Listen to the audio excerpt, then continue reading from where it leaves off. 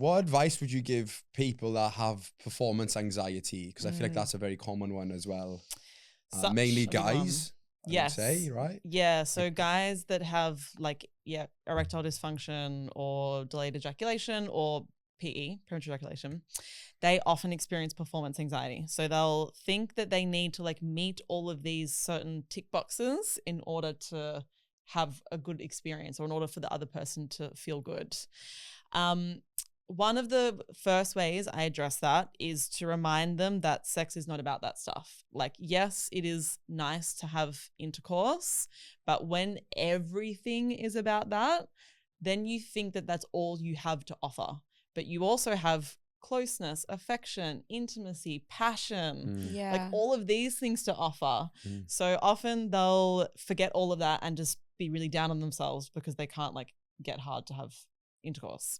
So, and did their partners sometimes feel like, did their partners sometimes make it worse and be like, well, why can't you get hard for me? And then that would give them more anxiety. Yeah. Because I can, and I feel like it's like it impacts the girl too, right? Then because then she might think that she's not good enough or like not like pretty enough, or he's not attracted to her. That would make like the female insecure then too, right? Yeah, one thing I love kind of sharing, especially with new couples. So often guys can struggle with erections at the start of relationships because they really want to prove themselves to the girl and they get nervous. Yes. But she will think, what's wrong with me? Yes. I'm not pretty. Oh my God, guys, this is great insight. And I love the moment, like often I'll do it when they're both in the session and I'll explain to her the reason why he's not getting hard is not because he's not into you and attracted to you. It's because he's so into you that he just wants to pleasure you.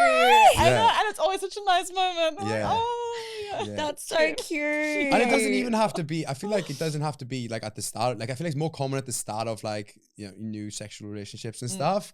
But I feel like as well, from my experience, I've had the same issue with like longer term partners where like it would be like a lull and we won't be having as much sex and stuff, and then like, you know, there's a bit of pressure then to like, oh, I've got to have sex because, you know, we haven't had sex in a while, and then like you can get in your own head a little bit then too, right? Yeah, but how so? Like, why are you in your head if you haven't had, because you don't want to come too quickly? No, it's just like, I don't know, like for me, I was just saying just before, like, you know, my girlfriend now, like when we first started seeing for the first year and a half, you know, we'd have like sex like 4 times a day, like like religiously have sex, right? Yeah. And then it got to the point where we were like, oh my God, like, is there more to a relationship than sex? Because like all we're doing is having sex, right? And she said that, right? And that stuck in my head. So then I stopped having sex. So I was like, I actually want to prove that like there's more to this relationship than sex. So I put the brakes on and stopped having as much sex. And we went through a period where like it just had a bit of a lull.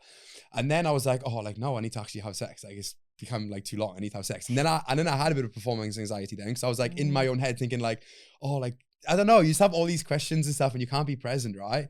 So it was like wigging me out. So I feel like you can get performance anxiety in long-term relationships crazy too. that No, guys, you can, totally. because What I would you didn't say? think guys like overthought that much or in that depth. No, they definitely do. But they just don't want to say it. Yeah, and the thing with men versus women is men, you can see when they're aroused and you can see when they're not aroused. Women are the exact same during sex. They get aroused sometimes and they don't, but there's not this like big sign that shows that. Yes, I feel like it'd be harder for guys, and like there's so many different types of vaginas, and every girl feels pleasure differently. Like, I don't know, I feel like penises kind of all look the same. They're either a little bit longer, shorter, thicker, thinner. Yeah. Like, but vaginas, they're like all sorts of bloody flowers, vegetables, fruits. Like, they're very different, don't you think? Yeah, they are. Yeah. So, and it's like, and every girl's different, and the clip might be in a different spot, or she might not be into that, and like there might be so much more to what she needs rather than just like. Even penetration, clitoral stimulation, she might need other things. Yeah. Absolutely. Would you say like is there such thing as too much sex then? That can be impactful, or is there no such thing? Good question. Well, as in like for couples, have too much Yeah, sex? yeah. Well, if maybe she was becoming a bit worried that there was not much else besides sex, then maybe that is when there's becoming too much sex. It really just comes down to how the two partners are I think feeling. if you're on the Yeah. same page, You're on the same never page. enough sex. Never Never enough enough sex, sex, exactly. yeah. If you're on the same page. You can never have enough sex. But it's nice that you did that, like took a little break and like Yeah. to work on the other things. That is really Yeah. good. Yeah. And how did it go? Yeah, it went well. I mean, it lasted like a week and a half, and I was like back to it, and I was like, oh, okay, I've proven myself now. Like, Well, yeah, that's good. yeah. Yeah. But now I'm actually going through a period which I've never gone through, where I'm not having like much sex at all, and it's very strange. Like, it's very, very strange. It's been like 3 weeks now where I just haven't felt like the desire to have sex, which is very unlike me. And I have got a lot on in terms of like, you know, work stuff. Like, I've got a busy end of year. I've just moved house and all this sort of stuff. And I feel like that's maybe impacted me a little bit, where I'm like, I'm like actually a bit stressed for once, where usually I don't have any stresses. Yeah. But it's getting to the point now I'm like, why am I not feeling like this? Like, Well, I it's a think bit you're only concerning. human. I think sometimes men put a lot of pressure on themselves to like always want sex, never say no to it. But like, you know, if you've got stresses and things going on, it's But I just normal. feel like that might be the reason. I don't know. Like, I don't know what it is, but it's like, you know, it's not as if I don't like fancy her any less, or I don't find her any less attractive. It's just like, I just don't feel like as, what's the word? Like, like needing for it. Energized? Yeah. And I mean- the only thing I can think of is that like, I have got a lot on my plate, a lot more than usual anyway. And I feel like that's maybe, Yeah, reason, you know? 100%. Like, guys can feel tired too and just want to go to bed at the end of the day. Like, Absolutely. it is a lot of, it's a lot. Like, you both work up a sweat, and sometimes it feels harder for me than a gym workout. I'm like, it's fucking easier to squat out here, doll. You know what I mean?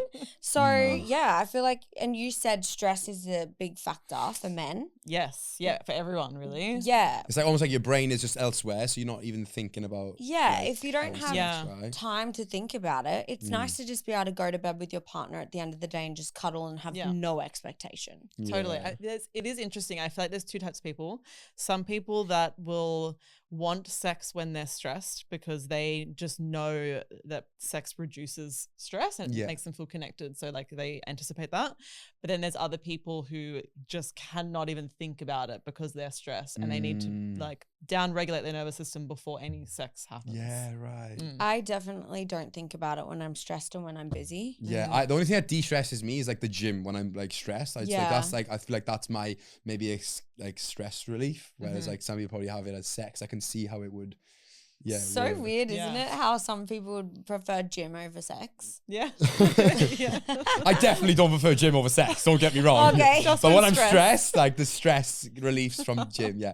Well, how do you like? I know as well. Like certain dynamics can change your like sexual relationship, right? Like I feel like as well because I've moved into a new home, like, and we're living together now. Yeah. The dynamics are a lot Oh. different. Whereas before, Yes. I would visit for a couple of days and we'd be on like a jam's gone, we'd be fucking all the time. And then Jam's I would go, gone. and then I would go, leave, and I wouldn't have sex for like a couple of days, right? But now we're living Yeah. together. I feel like the dynamics changed a little bit. So I feel like that Yes. might impact. Massively. Because Yeah. there's not like that urgency. You know, Yeah. you're not like, oh, fuck, I'm not going to see her for 3 days. How do you coach couples to keep that sort of intimacy alive in like longer term Yes. relationships? Yeah, this is such a big one. I find that when people move in with each other, they go from like dating and doing nice things, going out to restaurants and whatnot, and then they become like a team, which is, you know, important, but their relationship becomes around like dishes, Cleaning. running the house, and all that stuff just isn't very sexy. Yeah. It's So not. naturally it doesn't, you start to like disassociate your partner from like Yes, sex and you sexiness because do. it's That's so crazy. Yeah, it's about being Yeah. drunk. I don't want to scare you. No, but I'm just But trying to you reflect. can. I'm trying to reflect. Yeah. You can work through it. Yeah. I would say the main thing is really consciously like spending time with each other. So making sure, just like you would with your friends, your family, if you have like a calendar, you know, you like message them days in advance, you book something in, you put it in your calendar before you go and do that thing, you get ready, approach your partner with the same level of like formality because that's going to keep that like eroticism alive. So maybe that could be like, you know, organizing a weekly date night, or when you have dinner at home, TV off, candles on, music, Just those little things that Mm. show that you're still putting that effort in to like have that desire there. Yeah. I feel like, and when you live together, I feel like there's like no obligation to put in that effort because you're like, well, we're here Yeah. now. Yeah. This is all of me. Yeah. What else could I possibly give? Yeah, and I feel like when you're seeing each other, like you said, you go on dates, so you're both dressed up, you meet each other, you go out, whatever.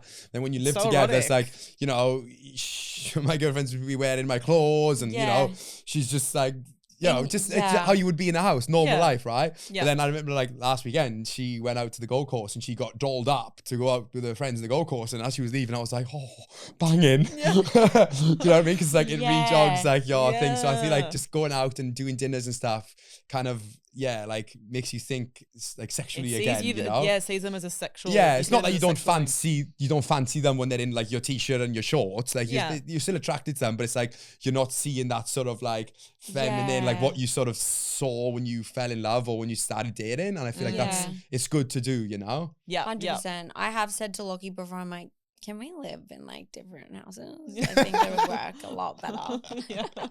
What's your thoughts on like what's it called? Like rebound sex. Like when you have a breakup and then like one party usually moves on a lot quicker than the other. Well, guys has typically do sex that. straight away. Do you think that's like healthy? Do you think it's unhealthy? Like, is it a good thing that they can just move on and have sex with another person straight away? But Or they're do you not think it's really like moving detrimental? on. They're just having sex. Yeah. Guys, especially. Yeah, but I know some girls Yeah. wouldn't even think about having sex with somebody else like soon after, you know? No. And then some people like heal, but then some people are like, oh no, I need to have sex now so I can get back on the bandwagon. And you know, especially guys, I know a lot of guys would just have sex straight after a breakup because Yeah, they're like, guys. oh, you know, I've still got it, you know, like I Sound like a man hater. like I just want to know, is it healthy? Yeah. Like, is it a healthy thing to do, or should you have time and not have sex, have a complete break? When you break up, that can like be quite hard. It can be So naturally heartbreaking. really hard for you to like rebuild your confidence. And True. in some cases, some people might feel like they just need to like go and have a sexual experience to like, For the ego boost. for like the validation. And Right.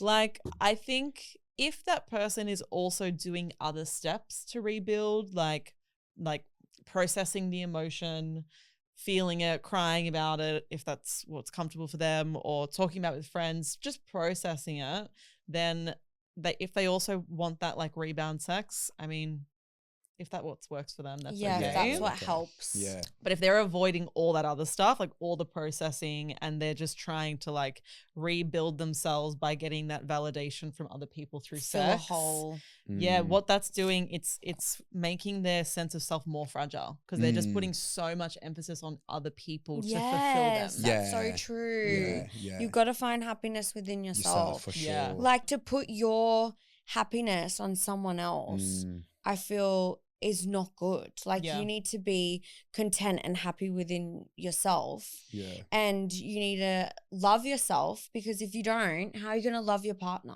Yeah, totally. You And know if you're what on I like the mean? roller coaster with them, Yeah. like it's hard to who's the stability there. yeah, Yeah. exactly. And I feel like if you are having like regular arguments, not regular arguments, but like, you know, every couple has their arguments, right? Or their disagreements. And if your happiness is just on them being happy and you being happy together, then you'd like every week you'd probably be like down in the dumps, right? Whereas Yeah. I feel like if you do have what Skye said, like you're connected and you have this- Self-security. but you have your own lives as well. Yeah. I feel like that's the best dynamic, because then like, you know, if you are having a bit of an argument or a bit of a rough patch with your partner, at least then you got, you know, your good family, you got your good friendship network that you can go out with and Yeah. talk to, and that can fill up your cup then as well. Yeah, you like know? anchors. Yeah. Mhm. If your life just revolves around your partner, Mhm.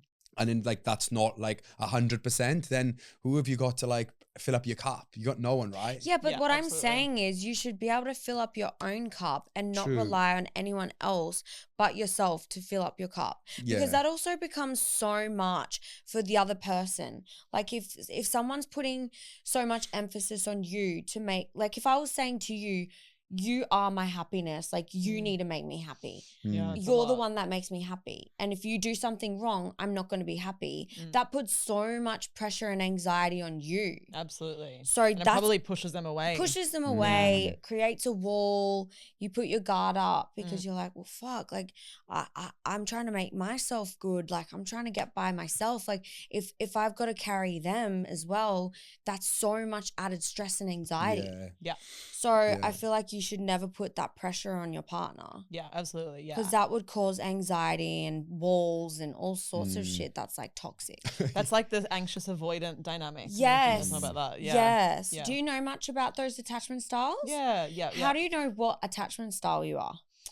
I mean, you can do a test online. Okay. But typically, it's about how you kind of like, if there's been like a conflict, how you resolve it. Do you feel like you need space and you don't want to really talk about it? You need to kind of process it within yourself?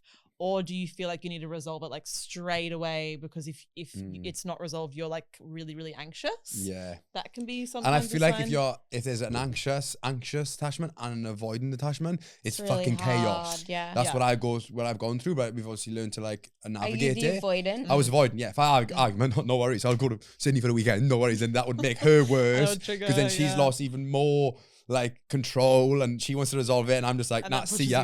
And it's just the worst. But you've got to know and be aware of it to learn that like, oh, I'm actually being avoidant now. Yeah. So I need to fix this because it's going to make her feel worse or him feel worse, you know? But I feel like they're the worst. Always find each other. How someone else is will bring out an attachment style in you. That's why they say if you're anxious or avoidant leaning, then try to find someone that's secure because they'll bring you back to the secure side. Is that an attachment style, secure? Yeah, so 50% roughly of the population are secure. The other 50% are either anxious, avoidant, or it's called like anxious avoidant. Oh my God, maybe I'm the anxious avoidant. Yeah. Maybe I'm that. What's your style? I would say I'm secure leaning to anxious. I haven't been on a dating app in a long, long time, but do dating apps have those like filters now? Because I feel like that would be a game changer and save people a lot of time. Like imagine if you go on Tinder or whatever it is, or Bumble, or whatever they call it, and be like, I'm avoidant. Yeah, and but it's I just feel like no one would want to choose. You filter them, and it's just I'm like, that person that would literally put what I am. Like, no, like this is straight up shit. You want a psychopath? Here she is. Yeah, I reckon your profile would just be like, the main photo would just be you dolled up, and then every other swipe would just be a list of your qualities. Yeah, like ADHD, anxious avoidant.